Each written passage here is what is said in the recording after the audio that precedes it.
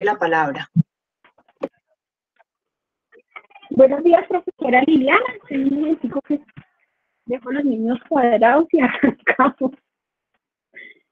¿Ven la presentación?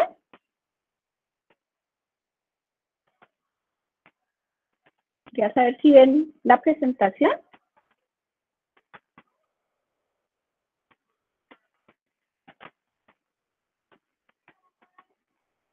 ¿Se ve la presentación? Sí, profe. Listo, entonces arrancamos. Muy buenos días, yo soy María Fernanda Lara y hoy les voy a hablar de algo que es bien interesante y es una nueva aproximación para mirar cómo afrontar momentos difíciles y es la flexibilidad cognitiva, cómo manejar situaciones difíciles. Yo soy profesora asociada del Departamento de Comunicación Humana, soy fonoaudióloga, tengo un doctorado en Ciencia Cognitiva y Lenguaje y me dedico a investigar eso, cómo funciona el cerebro, cómo funciona el lenguaje, porque tomamos ciertas decisiones de una forma y no de otra. Entonces, vamos a empezar a hablar de lo que nos ocupa y es qué es lo que nos hace resilientes, qué es lo que hace que como el bambú, después de que estamos en una situación crítica, podamos volver a la situación de origen con un aprendizaje y con el menor daño posible. ¿Qué es lo que nos hace fuertes frente a la dificultad? Fíjense que vivimos en un conflicto que es lo que vivimos y lo que esperamos. Yo creo que ninguno se imaginó en el peor de los escenarios que este año nos iba a pasar esto. Yo creo que el día que nos comimos las uvas, el 31, estábamos todos pensando en que íbamos a estar contentos, en que íbamos a estar felices, en que este año nos iba a empezar a ir muy bien. Y esto que nos pasó con muy poco tiempo de adaptación. Ese conflicto entre lo que vivimos y lo que esperamos, no todos lo asumimos igual. Hay personas que tienen más capacidad de resiliencia, hay personas que para ellos cualquier cosa o la menor cosa que pase en el día es mucho más severa que para otras. Estas personas tienen unos periodos en que la memoria se activa, incluso después y años después de que ha pasado la dificultad, y se ven personas que tienen más índices de estrés postraumático. Y son muy conscientes del momento estresante y son muy conscientes de que tienen unos pensamientos que son compulsivos e intrusivos, es decir, ellos pueden tratar de dejar el pensamiento catastrófico de lado y ese pensamiento aparece y aparece recurrentemente.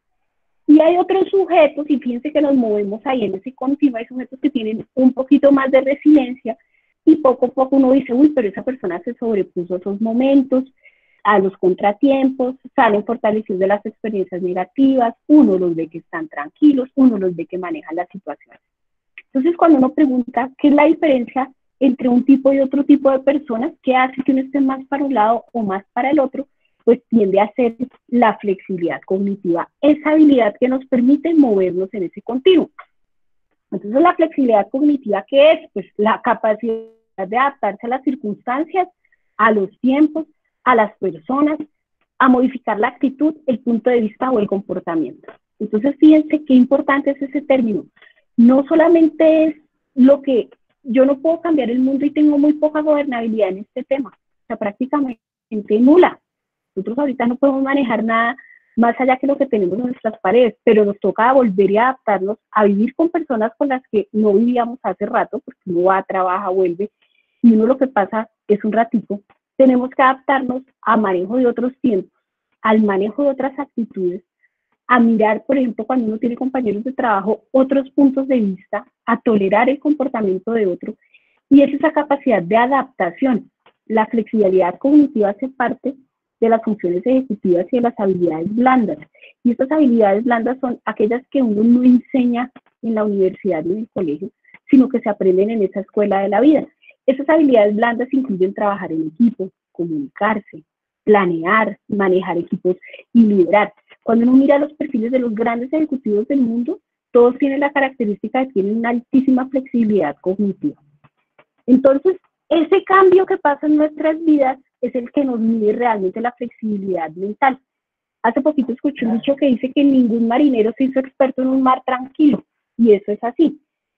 Cuando sucede el cambio, ahí es cuando nosotros miramos qué tan flexibles somos, qué tanto nos adaptamos, qué tanto entendemos que puede ser esto una tragedia o puede ser también una oportunidad de mejorar la capacidad de crecimiento de aprendizaje. las personas que hemos pasado por eventos traumáticos o por eventos duros, y si quieren les voy contando porque yo empecé a trabajar este tema. Yo estuve 4 meses ingresada en un hospital, algo muy parecido a un confinamiento prolongado y además enferma. Y cuando salimos del tema, no les voy a decir que fue fácil, pero creo que son muchas cosas que he estado estudiando desde allá. ¿Qué pasa cuando uno está en un momento crítico y cómo puede uno volver a tener una vida normal o incluso aprender de la experiencia? ¿Cómo se adapta a un ambiente cambiante? Entonces hay un primer aspecto y es, pensemos en una película de cine. Uno empieza la película, de los protagonistas, y si es una película americana, de estas predecibles, bien sea de guerra o de violencia o comedia, uno más o menos sabe en qué está el tema y en qué acaban los personajes. Pero cuando uno llega a esas películas más de tipo europeo, cine arte, cine club, y uno dice, miércoles, ¿qué pasó? Me cambiaron el final que yo pensaba, no me gustó el final, ¿qué pasó con estos personajes? Me dejó el final abierto y me produce a mí una sensación de desequilibrio e incomodidad. Otra situación normal en la vida de adaptarse a un ambiente cambiante es que yo quiero hacer una receta y en estos días lo vamos a ver, yo creo que todos los días. Uno dice, hoy quiero hacer espaguetis a la boloñesa, pero no tengo tomate, o quiero preparar un sancocho y no tengo yuca. Entonces tengo que empezar a adaptarme a ese ambiente que cambia. Todos estamos y llevamos semana y media adaptándonos a un ambiente que es distinto y vendrán días en que tendremos que adaptarnos a otros. Entonces aquí en la flexibilidad cognitiva vemos que es una de las funciones ejecutivas y eso implica que se madura. Nosotros no nacemos con flexibilidad cognitiva genéticamente dotada. Está ubicada donde están ubicadas en nuestro cerebro las funciones ejecutivas, que es en toda la parte frontal, y la parte frontal tiene una maduración muy tardía. ¿Eso qué hace? Que los niños, los adolescentes, los adultos y los adultos mayores tengamos diferentes niveles de flexibilidad cognitiva de acuerdo a la experiencia. La flexibilidad cognitiva afortunadamente se entrena. Cuando uno ve a los niños, uno ve que un niño quiere todo ya. Pensemos en un niño, yo tengo 2. Un niño quiere todo ya. El niño es el que más se afecta en un cambio de rutina. Y todos los que tenemos niños en casa lo estamos viviendo en estos días. Ellos son fáciles de llevar si estamos en rutina, pero un sábado, un domingo es complejo. Cuando volvemos de vacaciones, la primera semana es compleja. Incluso la segunda semana es la más compleja después de volver de vacaciones, cuando se dan cuenta que ahora sí es en serio que hay que volver. Y cuando hacen una pataleta y nos lloran y tienen una reacción desmedida de tipo emocional, porque ellos no tienen en cuenta otras alternativas. Ellos quieren un juguete y es ese juguete, y el juguete favorito es el juguete que tiene el otro niño. Y no hay alternativa posible ahí. Entonces, esa habilidad de flexibilidad cognitiva me permite cambiar de criterio, cambiar de regla, cambiar de tarea, pero yo hago la respuesta. Que tengo la charla y se me dañó el computador, que no tengo micrófono, que hoy voy para el trabajo y voy en un trancón y voy súper tarde, que iba a hacer algo y se me olvidó, que se me olvidó pagar el recibo. Todas esas cosas que me implican cambiar, tomar decisiones. Ahora todos los que somos profesores en nuestras materias estamos con ese tema. ¿Cómo cambio yo a la virtualidad cuando yo llevo 15 y 20 años dictando la clase de otra forma? Esta habilidad es como un laberinto. Fíjense que en un laberinto uno arranca, no sale, se devuelve, vuelve a intentar.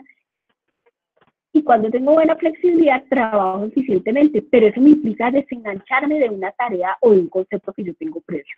Si, por ejemplo, yo estoy acostumbrada a que lavo con una marca de ropa, con una marca de jabón la ropa, y ese día no hay jabón, pues ese día no, imagínense. ¿Qué voy a hacer? Tengo que cambiar la marca de jabón. Tengo que desengancharme. Pero hay personas que tienen tipos de personalidad y rasgos de personalidad que hacen que se quiera y sea tan difícil desengancharse de eso. Las personas, por ejemplo, con trastorno del espectro autista, tienen ese rasgo. Es muy difícil para ellos desengancharse de algo. Y esto aplica para muchas cosas, ¿no? E implica reconfigurar la respuesta e involucrarla en esa tarea. ¿Y tiene que ver con qué? Pues con lo que hablamos, con una alta resiliencia a efectos negativos, con unos mejores resultados de lectura en la infancia. Los niños con mayor flexibilidad cognitiva leen mejor, son más creativos en la vida adulta y en las personas mayores les da una mejor calidad de vida. ¿Y qué sabemos de la flexibilidad cognitiva? Fíjense que la gráfica ahí no lo muestra. Yo planeo, hago, paro, pienso y uno va en ese circuito permanentemente. Sabemos que a mayor conocimiento somos más flexibles, lo que les decía al marinero. O sea, si uno tiene más experiencia, uno suele ser más flexible con la experiencia. La persona que es experta en algo utiliza otro tipo de relaciones para hacer y para ver, de cosas donde uno no las ve, de cosas a largo plazo donde uno no las ve. Son personas que además toleran mejor los cambios, cambios de jefes, cambios de ambiente, cambios de trabajo, que generan alternativas y manejan los errores, son solucionadores de problemas y establecen relaciones ocultas, son capaces de leer no solamente el ambiente, sino leer las emociones de los otros y poderlas ajustarles. Son personas que se ponen más fácil en el lugar del otro y son personas que logran acuerdos más rápidamente por lo mismo. No implica que sean, no implica que es que digan, no, eso es dar gusto, no, es poder manejar una situación cambiante. Y eso lo vemos mucho en las reuniones, en las discusiones. Los buenos negociadores tienen buena flexibilidad cognitiva. ¿Con qué se asocia la flexibilidad cognitiva? Con algo que todas las mujeres manejamos mucho mejor que los hombres, y es el multitasking. El multitasking es un concepto bien complejo porque nos dice hacer varias tareas al tiempo. Lo que ha demostrado la ciencia cognitiva es que uno no puede hacer 2 y 3 cosas bien con la misma efectividad. El cerebro procesa en serie, cuando hace una cosa, luego hace la otra, un proceso A que lleva un B o un C, y también trabaja en distribuir en paralelo. Es decir, voy haciendo varias tareas al tiempo. En el multitasking, lo que les decía, las mujeres estamos más dotadas para el multitasking que los hombres, y eso ya está demostrado.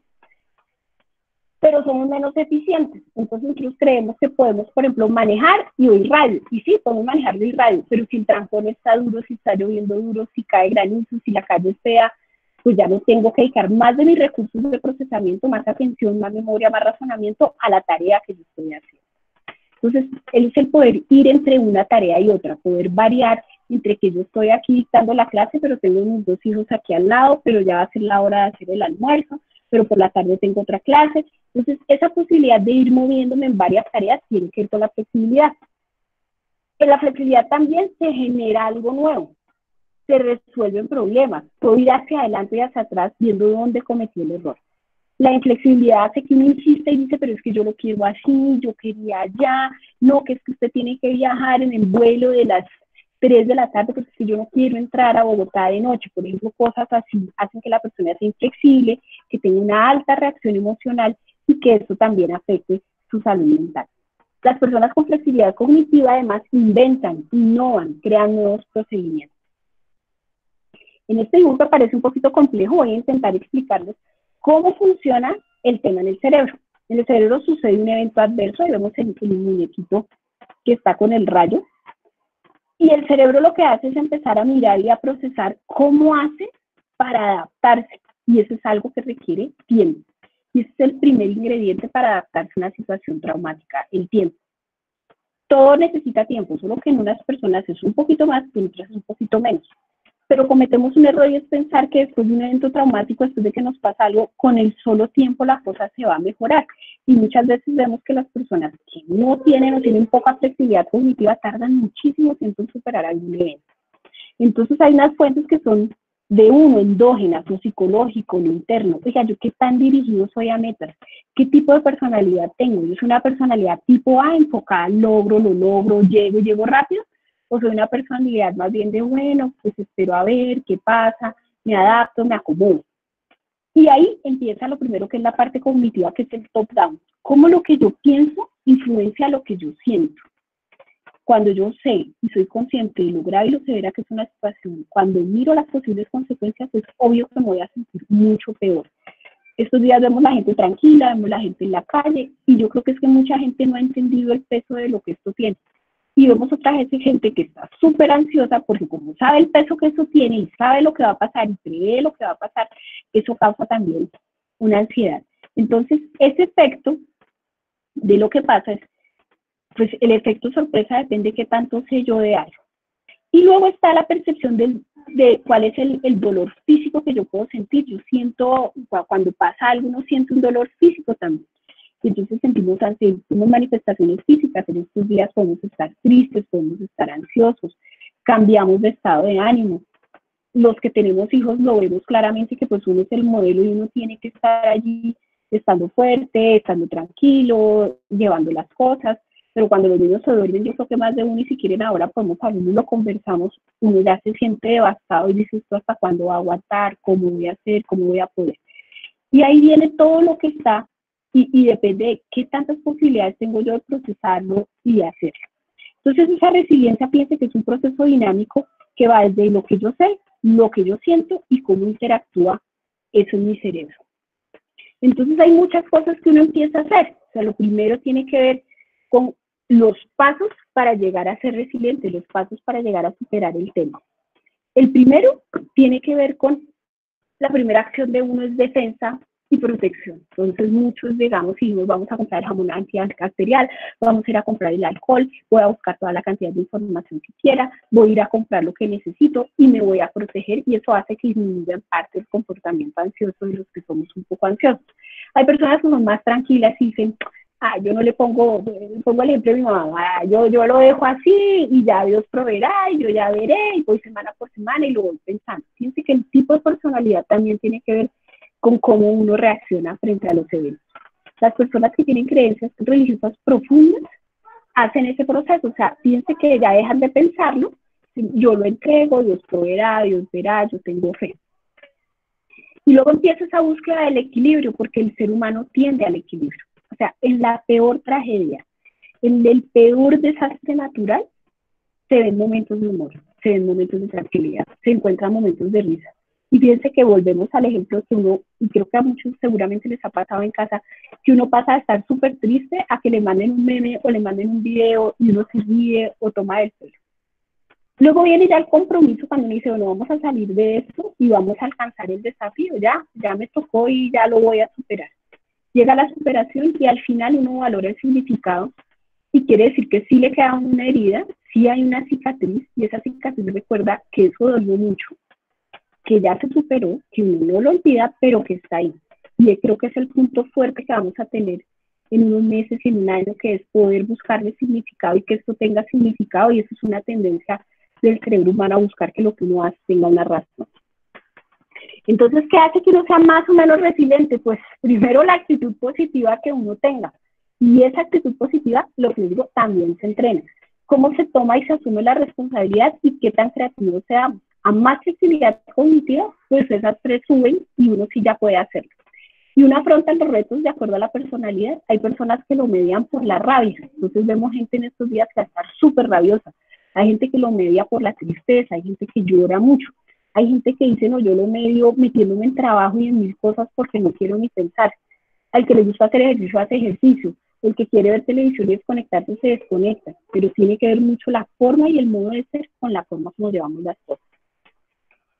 Y ahora hablemos de las estrategias, que era como a donde quería llegar y quería que empezáramos a discutir este tema. Y la primera es la meditación. Diferentes autores han encontrado que las actividades de meditación, de yoga, las actividades en que la persona se sienta a dedicarse un tiempo para sí misma, a ver qué piensa, qué siente, hacen que aumente la flexibilidad cognitiva en adultos. Y la segunda fuente de evidencia, y esta evidencia es bastante fuerte, tiene que ver con la actividad física. La actividad física hace que nuestro cerebro funcione distinto, hace que los niveles de oxigenación sean distintos y hace que la forma como planeamos un plan, llegamos a él, sea diferente de la persona que hace actividad física y la que no la hace.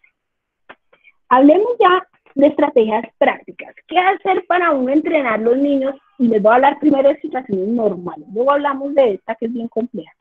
La primera estrategia que uno puede empezar a trabajar es todo lo que tiene que ver con la gamificación, con trabajar el juego. El juego es el lenguaje y el trabajo de un niño. Entonces yo por el juego logro mil cosas.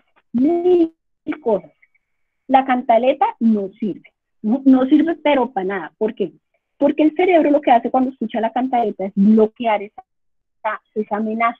Cuando usted siente una amenaza, usted tiene dos reacciones: o huye o se paraliza. Entonces, fíjense, o pelea. Entonces, cuando usted huye, se paraliza o pelea, no hay posibilidad de construir. En cambio, en el juego de mesa, uno puede enseñarles muchas cosas a los hijos. Les puede enseñar los tiempos, las reglas, las responsabilidades, llegar hasta el final. Hay un juego que les gusta mucho a los muchachos, que es un juego electrónico, que es el Minecraft. El Minecraft es un juego de hacer escenarios, de plantear escenarios, donde todo el juego está absolutamente abierto. Y eso también es útil para entrenar flexibilidad.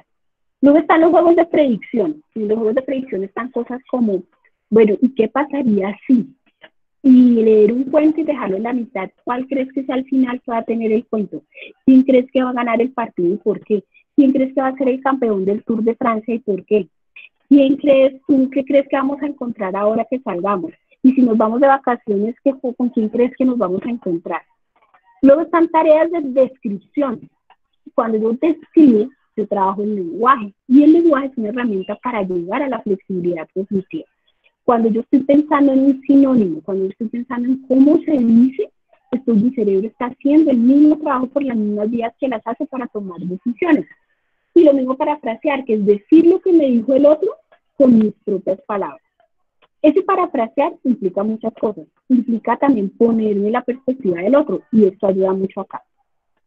Luego está el tema de escribir, y tenemos que animar a los niños a escribir y escribir con muchos detalles, porque cuando yo escribo tengo que buscar nuevas soluciones y nuevas palabras. También nos ayudan los problemas matemáticos, muchísimo, a hacer todo el tema de razonamiento, y el problema matemático no es solamente el que dan en el colegio, el problema matemático es el problema del día a día. A los niños hay que involucrarlos a cosas del día a día, a los niños hay que llevarlos a hacer el mercado, a los niños hay que llevarlos al mecánico, a los niños hay que ponerlos a hacer las cuentas, a los niños hay que poner a contar las vueltas, a los niños hay que ponerlos a calcular cosas en casa. La otra es alternar la atención entre tareas, y aquí no va a detener un poquito. A nosotros muchos cuando nos criaron, no, a mí no, pero a muchos cuando los criaron les decían, usted estudia con silencio total en la casa y usted tiene que estar callado y nada puede sonar porque si no el niño no estudia. Hay adultos que dicen, yo me puedo sentar a trabajar hasta que todo el mundo se haya dormido en mi casa. Hay adolescentes, muchachos en la universidad que dicen, yo no estudio en ambiente ruidoso. ¿Y qué hace eso? Pues que acabamos estudiando en horarios que no son y de formas que no son, porque el mundo es ruido. ¿Qué es lo que uno entrena? La capacidad de poder inhibir ese ruido, de poder inhibir lo que a mí no me interesa y lo dejo ahí porque yo estoy centrado y concentrado acá. Cuando soy flexible cognitivamente, aprendo a inhibir y digo, esto no, esto no, esto no, porque yo voy hacia allá y esto es lo que yo necesito y logro sacar qué es lo que es nuevo y lo identifico. Pero si yo me quedo con el detalle, con la minucia, mirando cada cosa y hasta que no me quede perfecto, pues ahí ya no lo voy a lograr. Y si quieren ahora podemos hablar de tipos de procrastinadores, tipos de personas que dejan todo para el final, tiene que ver mucho con este tipo de problemas de flexibilidad. Entonces, alternar la atención entre tareas es eso. Yo puedo estar escuchando música, puedo estar, les iba a contar, como a mí en mi casa, a mí me quedó mi abuelita, entonces con mi abuelita era muy chistoso porque la señora veía televisión todos los días y nos ponía una mesita. Nosotros nos acostumbramos a estudiar con ruido y a nosotros el ruido no nos molesta para nada, y incluso el ruido a muchas personas nos hace falta también tener que estudiar con radio, tener que estudiar con música. Entonces, el tipo de estrategia, o qué tanto yo me distraigo, no me distraigo, qué tanto tipo puedo cambiar de una tarea a otra, qué tanto puedo alternar de estar haciendo una cosa y poder estar haciendo otra y volver a terminar la primera tarea, eso es bien importante de entrenar con eso.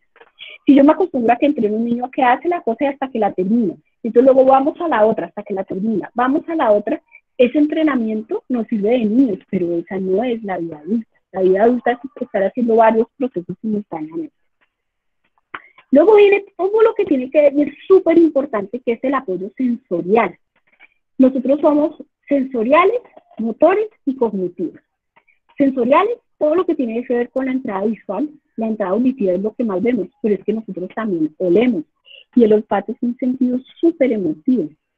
En estos días los olores para nosotros van a ser, cada día vamos a sentir más sanas, nos vamos a acostumbrar a oler porque estamos en el mismo ambiente, comemos la misma comida, va a ser súper rutinario. No tenemos esa novedad de salir, de sentir, por ejemplo, el olor de la universidad que huele tan rico, que huele a arbolito, a pasto, de poder sentir el olor de la lluvia, de poder sentir tantas cosas que olemos en el día a día. Entonces podemos hacer experimentos con los niños de concentración. Vamos a concentrarnos en mirar dibujos complejos. Podemos sentarnos a mirar cuadros. ¿Qué me quiere decir un cuadro? Concentrémonos. ¿Qué intención tenía el pintor? ¿Qué quería el pintor? Hay unos cuentos muy bonitos que son los de Anthony Brown para niños, y él incluso hace recreaciones de obras de arte clásicas y las transforma en el mismo cómic y muestra esa intención. Todo el sistema vestibular, el sistema del equilibrio, que es el que me permite no solo no marearme cuando hago las actividades diarias, sino también ubicarme en el ambiente, poder concentrarme, que el niño pueda mirar un tablero, mirar el cuaderno, mirar el tablero, mirar el cuaderno, poderlo hacer sin marearse, que pueda tocar todo lo que es sensorial y todo lo que implica sentir. Ahora, más que nunca, nuestros niños necesitan que los abracemos si estamos en casa. Y fíjense qué falta nos va a hacer y nos está haciendo a todos ese contacto directo de darnos, nosotros somos latinos, nos gusta el pico, el abrazo, y sabemos que no lo podemos hacer, pero ese centrarnos, tocarnos, olernos, ayuda muchísimo. Luego está utilizar el factor sorpresa, que es cambiar la rutina. Entonces, si hoy todos los días comemos lo mismo, todos los días hacemos lo mismo, todos los días estamos igual, no vamos a aprender a ser flexibles. Entonces, si bien hay que mantener una rutina y los parámetros y todo eso, la acción sorpresa es ¿por qué no yo salgo y le hago una broma a un niño? ¿Por qué no salgo y me pongo un gorro en la cabeza? ¿Por qué no salgo y pongo música y me pongo a bailar sin avisar que lo voy a hacer? Ese factor sorpresa es alterar la rutina, prepara al niño para el cambio. Luego está el juego simbólico, el juego de roles. Ahora vamos a jugar a el bombero, vamos a jugar al restaurante, vamos a jugar, y eso lo podemos trabajar en casa en estos días perfectamente. Vamos a jugar que hoy vamos a cambiar el rol y hoy tú vas a ser el papá, hoy tú vas a ser el profesor, hoy tú vas a ser tu hermano, hoy vas a ser un bebé, hoy vas a ser un perro, hoy yo voy a ser otra persona. Ese juego de roles hace que uno pueda cambiar ese esquema tan rígido que tenemos y poder imaginarnos otros mundos y otras realidades. Luego está transformar el uso de las cosas, y eso ya lo hemos perdido porque tenemos exceso de juguetes, exceso de objetos en casa, y todo tiene un uso. Pero cuando uno vuelve a ver cómo se reutilizaba la botella para hacer un juguete, cómo reutilizábamos un cuadrito de metal para hacer ruido, eso es transformar el uso de las cosas, hace que mi creatividad se desarrolle y pueda buscar más allá. Y lo que les decía de cambiar los roles que ya les expliqué. Entonces, ¿cómo reducir en esos niños que tienen ese comportamiento rígido, que no cambian? Pues lo primero es, hay que hacer explicaciones explícitas de qué está pasando. Entonces, cuando un niño tiene rabia, cuando un niño hace la pataleta, hay que interpretar qué es lo que él me quiere decir con mis palabras. Digo, hijo, sé que estás muy cansado, sé que no quieres, yo le estoy reconociendo que estás cansado, yo sé que tú no querías hacer esta pataleta, sé que yo reinterpreto y doy la explicación. Cuando yo pienso en voz alta, los niños no aprenden a pensar, no nacen pensando en voz alta, es una habilidad que se aprende. Ese pensar en voz alta ayuda a interiorizar lo que uno piensa mentalmente y a controlar esos pensamientos que uno tiene que van en contra de uno. Los pensamientos que uno alimenta son los que se engordan y los que se apoderan de uno. Entonces, si yo empiezo con explicaciones claras, concisas, sobre comportamientos, sin decir es que tú eres o tú haces, sino yo solo la explicación del contexto. Arreglar sus cosas, hacer juegos de emparejar, cambiar las reglas de los juegos, hacer juegos de qué es esto, qué es la cosa es gorda, es flaca, es redonda, es plana.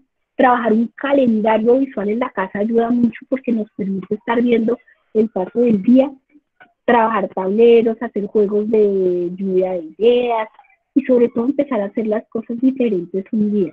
No siempre tenemos que comer en el comedor, a veces podemos inventarnos un picnic en la casa, no siempre tenemos que ir al mismo lugar, no siempre tenemos que hacer lo mismo, podemos empezar a hacer cosas diferentes con ellos. Y ahora si tenemos adolescentes en casa, pues la cosa ya se nos empieza a complicar, porque la adolescencia es un periodo crítico, y no es crítico porque sea malo, es crítico porque es importante. El cerebro da un salto madurativo y el cerebro del adolescente es absolutamente fascinante, porque es la entrada a la vida adulta y es la maduración de esas funciones ejecutivas. Entonces, los niños que han sido súper protegidos, súper que no han podido correr un riesgo, en la adolescencia el comportamiento de riesgo, el cerebro tiende a tomar ese riesgo. Entonces vemos que al adolescente le gusta el reto, le gusta el usted no puede, vamos a hacer esto, vamos a hacer si tú lo haces. Al adolescente le gusta el juego, le puedo cambiar los juegos comerciales, yo los puedo empezar a cambiar, bueno, vamos a jugar este juego pero distinto. Tengo que hacerles bromas y empezar a mediar por el humor ahí. Luego está el tema de la sorpresa, para manejar el tema del factor sorpresa. Aprender una nueva lengua, los bilingües tienen mejores funciones ejecutivas que los monolingües, entonces digamos aprender nuevas palabras, aprender palabras en otro idioma es otra habilidad. Luego hay juegos comerciales como el Scrabble, el Jenga, el Pictionary, que son juegos que hacen que tengan unas reglas, que tengan fin, que son creativos. Y algo bien importante también de entrenar cuando son niños es retrasar la satisfacción. y retrasar las satisfacciones. Yo no te doy lo que tú quieres justo en el momento que tú lo quieres, sino yo te dejo un poquitico más para que tengas o que buscar alternativas para hacerlo o que aprendas a tolerar esa frustración. Hay que enseñar también cómo se hacen las cosas, cuál es el paso a paso para llegar a conocer nuevas personas, tener nuevas personas, y en este periodo seguramente uno lo puede hacer con el medio virtual, ayuda a ver otros puntos de vista, así como abrirse a nuevos puntos de vista, todo lo que tiene que ver con los debates. Por ejemplo, ahora estamos viendo en el mundo un debate fuerte entre qué pasó con los sistemas públicos, qué pasa, por ejemplo, lo que está pasando con la Unión Europea es bastante crítico ahora, o sea, la idea de Europa que se calle, qué está haciendo Estados Unidos, todo este tema y poder empezar ese debate y empezar a trabajar la historia con ellos, a los adolescentes les gusta mucho. Y en general hay que enseñarle a que organice, a que priorice, que es lo más importante, y después que cuando ella tenga lo más importante, que juzgue por dónde se tiene que ir. Y si tenemos adultos mayores en casa, al adulto mayor también le sirve lo mismo, le sirve cambiar la rutina, sostener ese intercambio social. El adulto mayor tiende a aislarse, a veces por problemas auditivos, a veces porque no escuchan bien, y eso se da.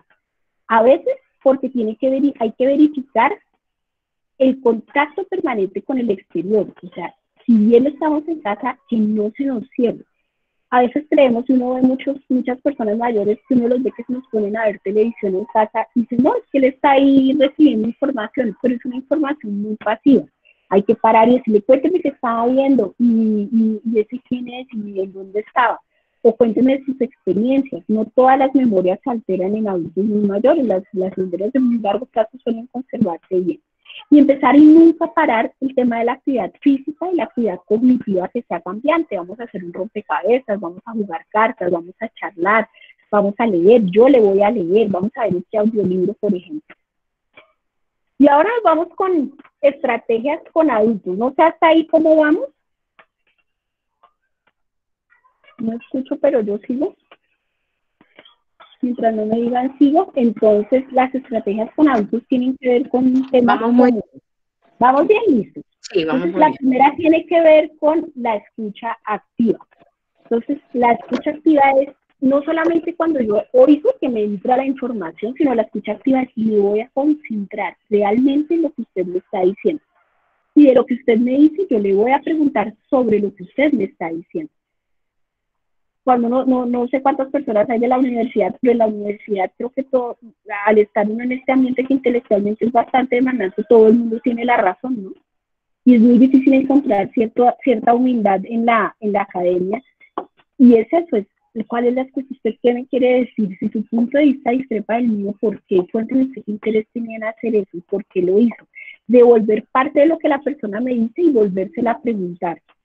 Luego está la estrategia del mindfulness, que es esa atención dedicada a la concentración del momento presente. ¿Qué es lo que yo estoy sintiendo ahora? Los momentos de relajación no tienen que ser con trusa, con música de yoga y sentado en flor de loto. Uno puede hacer mindfulness en muchos momentos del día, de pensar, me siento a comer y voy a hacer una comida consciente, me voy a concentrar a qué sabe esto que me estoy teniendo. Si me voy a tomar un tinto, me voy a concentrar en el olor del tinto, en el sabor del tinto, en dejar ese tinto en mi boca un rato y en sentir. Ese es el mindfulness.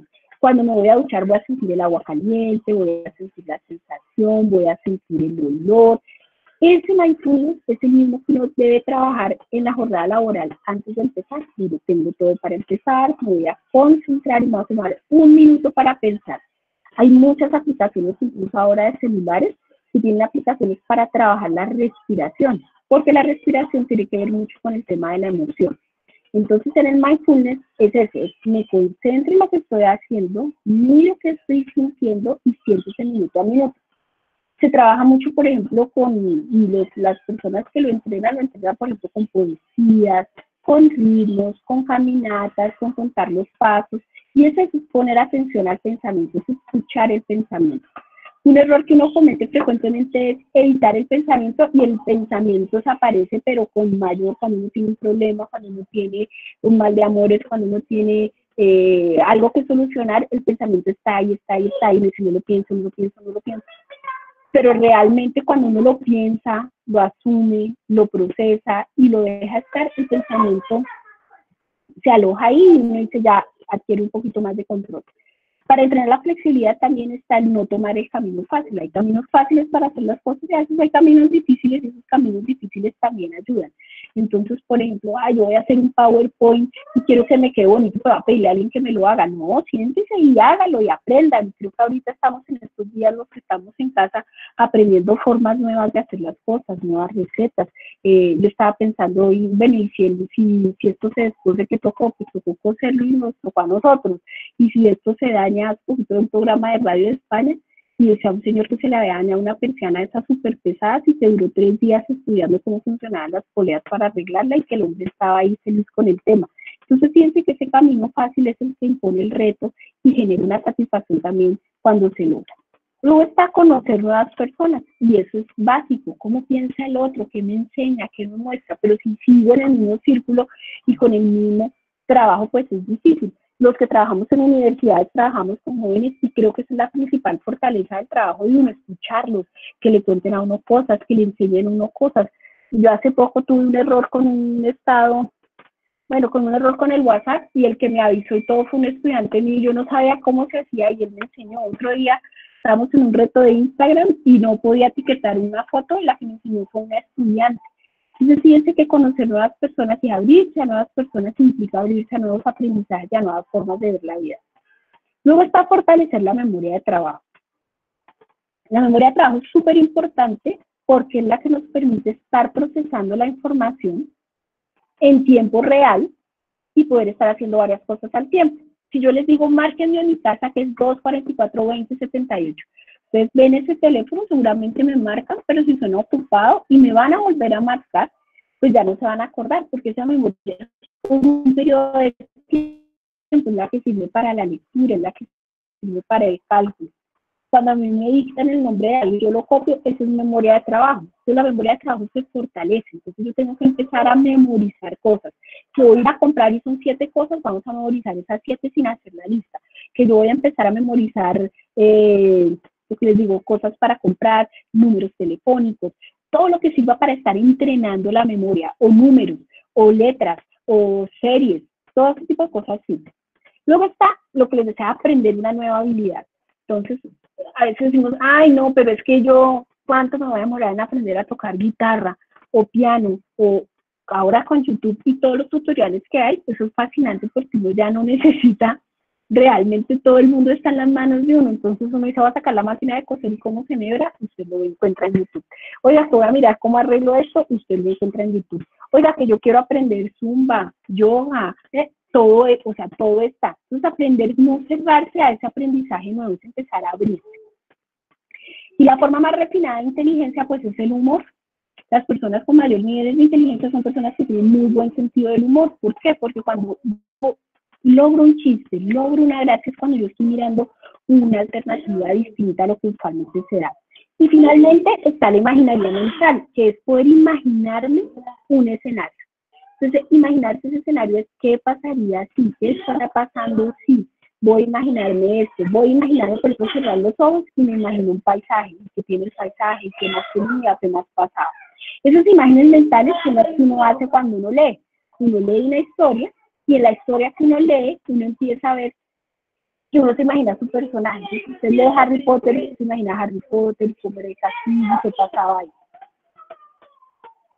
Luego está, ya finalmente, ¿qué estrategias tengo yo para, oiga, con toda la lluvia que hay de usted tiene que hacer, usted entonces tiene que hacer actividad física, usted tiene que comer menos, usted tiene que cuidar a sus hijos, usted tiene que controlar las cosas de la casa, mantener una rutina, y lo primero es, está bien cuando de un momento a otro uno quiere hacer lo que le digan a uno que tiene que hacer. Entonces, primero, está muy bien, por ejemplo, si un día no quiero hacer mis rutinas de ejercicio online, o si yo no quiero hablar de un tema, o si no quiero hacer un challenge o un TikTok, si no quiero ir a charlas, si no quiero organizar la casa, si no quiero estar, está bien en algún momento no querer hacer nada, porque estos momentos son los momentos que nos van a dar esa sensación de control. Fíjense que entre presión y depresión solo hay 2 letras. Entonces, Todos estamos en estos momentos sintiendo un tema de sobrecarga en casa. Yo pienso como ustedes darse cuenta, tengo mis dos hijos acá al lado haciendo ruido. Entonces, uno tiene que llegar y manejar la situación de la mejor forma posible para no sentir que esa presión no se abrume. Y aceptar en el momento que esa presión nos abrume, que sí, que estamos abrumados, que no somos de hierro, que podemos tener lugar a equivocarnos y que mañana va a ser un día que mucho mejor que el de hoy. Entonces, pues para ser flexibles, lo primero es dejar de ser radicales. Y dejar de ser radicales implica eso, implica poder cambiar el chip, poder decir, oiga, mire, si comparto la información del coronavirus, es pánico. Si es decir, yo mando memes, entonces usted no se toma en serio la situación. Si usted no dice nada, usted es un irresponsable. No, esos pensamientos categóricos de que las cosas tienen que ser así, no tienen que ser allá, pues no, tiene que ser flexible. Cada persona, algunos lo afrontarán con humor, otros lo afrontarán con pico, otros lo afrontan con espiritualidad, y no quiere decir que una opción sea mejor que otra. Lo importante es que sea con flexibilidad y con responsabilidad que asumamos este periodo, no solo por nosotros, sino por las personas que viven con nosotros. Y estas son las referencias de la charla. Profe Liliana, si tienen, ¿tú moderas las preguntas? Sí, vamos a invitarlos a hacer preguntas a través del chat. Creo que las puedes ver a través del chat y tenemos un espacio a partir de este momento. En todo caso, profe, María Fernanda nos ha dado un gran ejemplo de flexibilidad cognitiva con sus hijos atrás y seguir concentrada. Sí, ya los mandé para el cuarto. Y seguir concentrada con nosotros acá. Entonces, pues escuchamos a las personas que están con nosotros. Si tienen alguna pregunta por hacerle a la profe María Fernanda.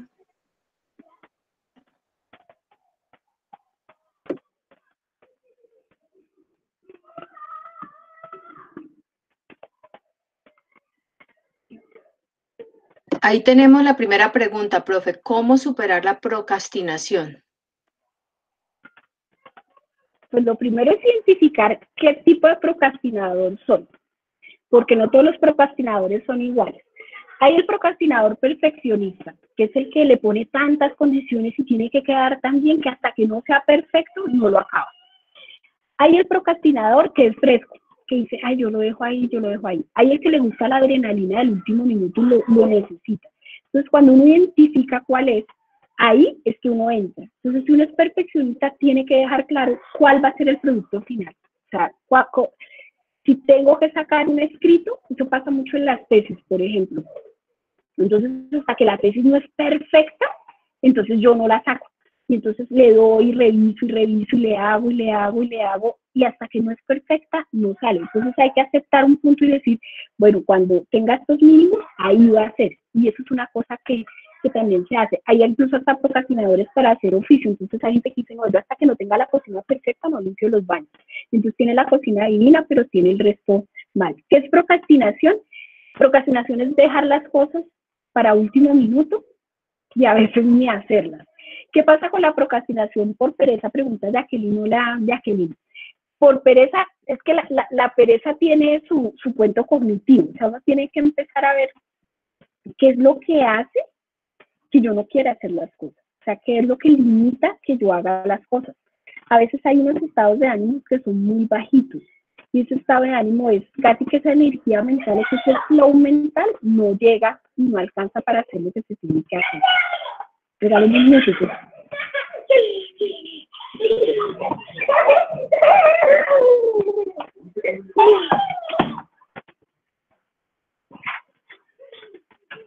Es que mi esposo está en clase, entonces le fueron a interrumpir la clase con 80 que tienen en el otro lado. Entonces, y vamos a la procrastinación. Entonces viene el tema, ese tema de la pereza, ¿qué tanta energía mental tengo? ¿Y cómo se vence la pereza? Fácil. O sea, hay que empezar con tareas pequeñas, con tareas alcanzables. O sea, si yo veo una montaña y veo el Everest, pues esa no la hago. Pero si yo veo una montaña pequeñita y yo me pongo una pequeña tarea y la logro, ese sentimiento de logro es el estímulo. Hay que trabajar con el conductismo a veces, y el conductismo dice, cuando se haga una cosa bien, premiese, y pues se pierde la premiación. Entonces, si yo, por ejemplo, sé que tengo, qué sé yo, tengo que preparar una clase, tengo que escribir un documento, pues cada 2 páginas me voy a tomar el descanso, no me lo tomo antes a ver si ya me siento mejor del descanso. No sé si hay más preguntas. Bueno, la salud mental, los trastornos de ansiedad. La ansiedad tiene que ver mucho con la flexibilidad. Cuando uno es ansioso, yo soy particularmente bien ansiosa, piense que la ansiedad es que uno vive en el futuro. Entonces en la ansiedad uno planea, ve, lo ve, y a veces eso hace que uno se bloquee, porque uno dice, uy, no voy a poder, uy, no voy a alcanzar, uy, no lo voy a sentir. Y entonces, cuando yo tengo buena flexibilidad, cuando yo puedo decir, bueno, ¿cuáles son las posibles? Y es lo que hace un ansioso con flexibilidad es, bueno, y de todas las cosas que van a pasar, ¿qué posibilidad tengo de que esto pase o qué va a pasar si yo hago esto y poder ver los escenarios futuros?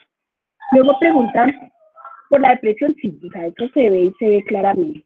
¿Qué tiene que ver con la tolerancia y la aceptación de la diferencia? Mucha, porque eso es la flexibilidad, es adaptarse al cambio, adaptarse a otra persona, adaptarse a los demás. Las personas altamente intolerantes, por ejemplo, o la gente que ha estudiado el tema de racismo y de xenofobia, ha encontrado que se dan sociedades que tienen muy pocos índices de flexibilidad, que son sociedades que están muy encerradas.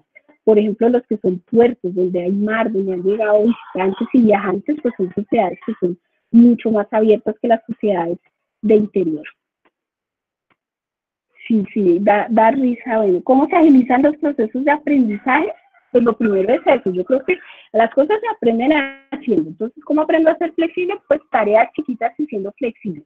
Entonces uno empieza a mirar, hoy esto no me salió bien, me perdono, ya no me doy palo, porque ese es otro error que cometen los inflexibles. Claro, como yo no puedo, yo no lo voy a lograr y yo no lo voy a hacer. Entonces, el tema es tareas pequeñitas y mucho logro.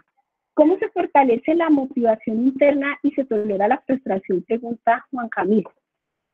La motivación interna es compleja, ¿no? Porque nos enseñaron a la motivación externa y enseñamos a los hijos a la motivación externa. Entonces, la motivación externa es, si usted acaba esto, yo le doy esto. Si usted hace esto, yo le doy. Pero no hay esa sensación de logro de, mira qué bien te vas a sentir cuando acabes esto. Qué bien se siente uno lo que dice cuando uno acaba la tesis, cuando acaba el artículo, cuando acaba de arreglar la casa, cuando sirve el almuerzo. O sea, cuando uno acaba una tarea, le dicen, oiga, bien, oiga, qué chévere. Y eso también se entrena. Yo creo que uno también refleja eso, decirle, por ejemplo, a la gente que trabaja con uno, oiga, qué chévere esta charla, qué chévere que hagan estas invitaciones. Y la gente en la facultad siempre dice, uy, qué rico, oiga, me van a volver a invitar, o lo vuelvo a hacer, o inventemos otro tema para ver mañana qué hacemos. Entonces, esa motivación positiva, esa motivación de logro, esa sensación de logro, si uno no se la entrenaron de niño, uno tiene la responsabilidad de entrenarse a la gente que está con uno y también de entrenarla y de sentirse uno bien y decir, oiga, mire, qué chévere, lo puedo hacer. No sé si tienen más preguntas. No veo más preguntas en el chat. Aquí están haciendo uno que se debe hacer en situaciones de estrés con niños. Bueno, ahí el tema de los niños es complejo, yo lo he revisado mucho estos días, y lo primero, uno es el reflejo para los niños. O sea, los niños, ¿cómo van a recordar esto en 10 y en 20 años? Lo van a recordar y lo van a recordar como nosotros se los hicimos vivir. Claro que ellos se mueven. Yo tengo 2 y son hombres, o sea, se mueven un montón y quieren salir y quieren estar en otro lado. Pero uno logra cuando les explica qué es lo que está pasando, cuando lo ven a uno tranquilo, cuando modelan eso, hacer las cosas. Yo me crié en una familia de mujeres que eran súper fuertes, y yo me acuerdo que uno veía los entierros, los velorios, las tragedias, las cosas más horribles, y yo me acuerdo de ver a mis tías riéndose, tomándose un café, abrazándose, pasando esto en comunidad. Entonces, en estos momentos de crisis uno tiene que acudir a eso, a los recursos propios que uno tenga, y si no, a los recursos de otro.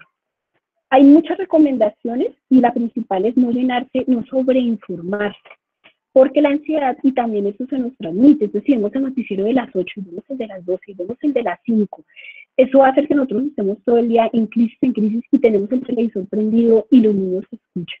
Entonces hay que empezar a pensarlo distinto, empezar a relajarnos, a tener esa flexibilidad, a que si hoy, pues sí, dicen tenga un horario y levántese y tal, pero también si no me quiero levantar, pues no pasó nada, y si hoy el almuerzo se hace una hora más tarde, no pasó nada, y si los niños hablaron, invitaron, pues no pasó nada, todos lo comprendemos. Y es lo que está diciendo Santi. ¿Cómo hacer uno para la avalancha de información? Pues es que la información uno la regula y la para, y es creer que esto se va a acabar, esto va a tener un fin, que sí que vamos a quedar debilitados como sociedad, pero hay sociedades que han pasado guerras mundiales, desastres nucleares, y lo que les decía, la gente se sobrepone, y nosotros como país tenemos muchos recursos y mucha resiliencia para el tema. Entonces con los niños hay que abrazarlos, tocarlos, consentirlos, entender lo que está pasando y respirar. O sea, el mindfulness y las estrategias que hay, todas tienen el tema de respirar, porque cuando mi cuerpo, o sea, mi cognición no solamente está en mi cerebro, la cognición está en todo mi cuerpo, y lo que mi cuerpo manda de mensaje a mi cerebro lo entiende. Entonces, cuando yo respiro profundo, cuando yo bajo el ritmo, cuando yo me tomo el tiempo para pensar en qué estoy sintiendo, acepto que estoy angustiado, acepto que estoy ansioso, acepto que no tengo margen de dominio y me ocupo y me pongo a hacer otra cosa, a aprender otra habilidad, a leer, a hacer oficio, a cocinar, a trabajar. Todas esas cosas hacen que nosotros podamos estar en otro lugar. ¿Qué pasa con los médicos que están bajo presión, que tienen miedo y ansiedad? Piensen que en España, por ejemplo, los médicos a una hora del día, todos encontraron una canción que es del dúo dinámico que se llama Resistiré, y cantan en todos los hospitales de España la misma canción a la misma hora. Es una cosa que uno podría decir, es una tontería, pero para los médicos ha sido súper importante, para las enfermeras. Que la gente les aplauda a las 8 de la noche, ha hecho que sientan que su labor es reconocida, que puedan tener contacto remoto con sus familiares y que entiendan que todos estamos aquí acompañándolos desde aquí. ¿Cómo se invita a un adulto a ser más flexible? Sin cantaleta. O sea, de nuevo, la cantaleta no funciona, el cerebro la bloquea, pero uno lo enseña también con el ejemplo y con la interacción. ¿Cómo diferenciar si es cansancio o estrés en los niños? Pues difícil, ¿no? Porque estos días son días raros, pero digamos que lo principal es escuchándolos, dándoles tiempo y cambiándoles la actividad. Los niños por lo general no se cansan, o por lo menos los niños no se cansan.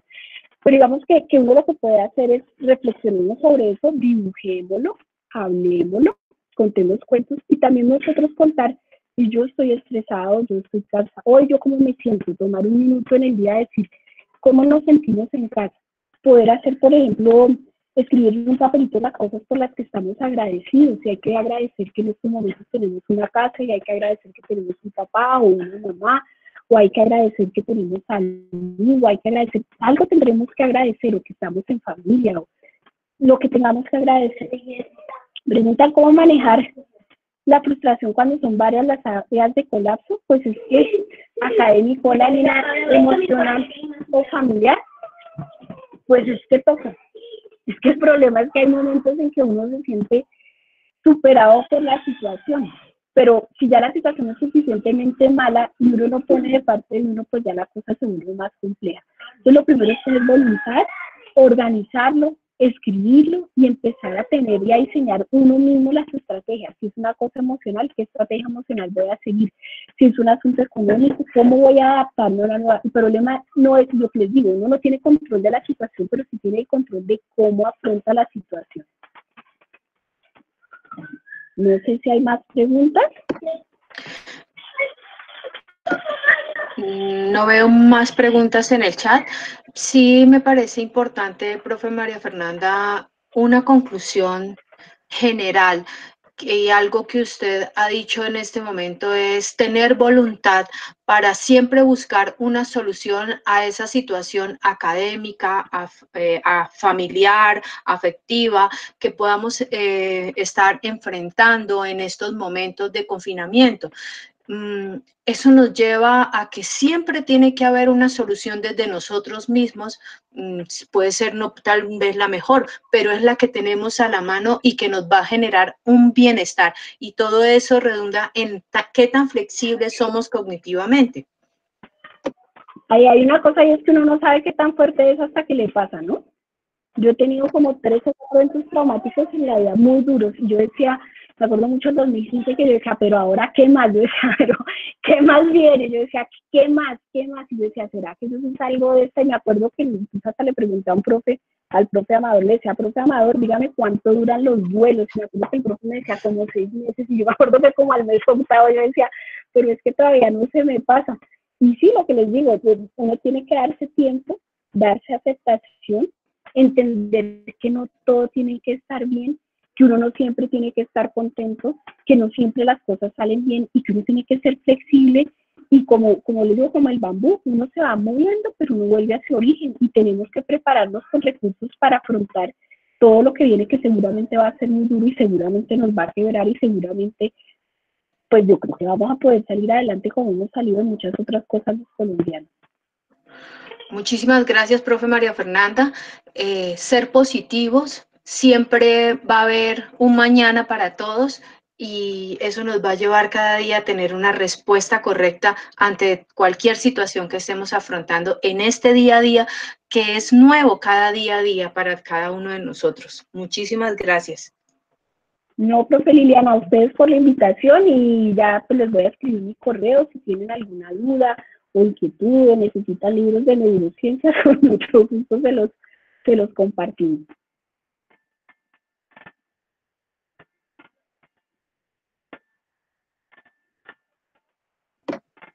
Muchísimas gracias. Entonces la profe María Fernanda nos está compartiendo Yo que ya se su callaron correo. los niños. Sí, ya, porque ya terminamos. Por eso. Muy bien. Bueno, profe María Fernanda, muchísimas gracias. Gracias. Los invito esta tarde a las 5 de la tarde en nuestra charla Fisiopatología y Clínica del COVID-19 a cargo del doctor Juan Pablo Osorio. Ya, pues esto ha sido todo por hoy y el sábado nuevamente contamos con la presencia de la profesora María Fernanda en este canal Salud UNAL Contigo. Muchísimas gracias.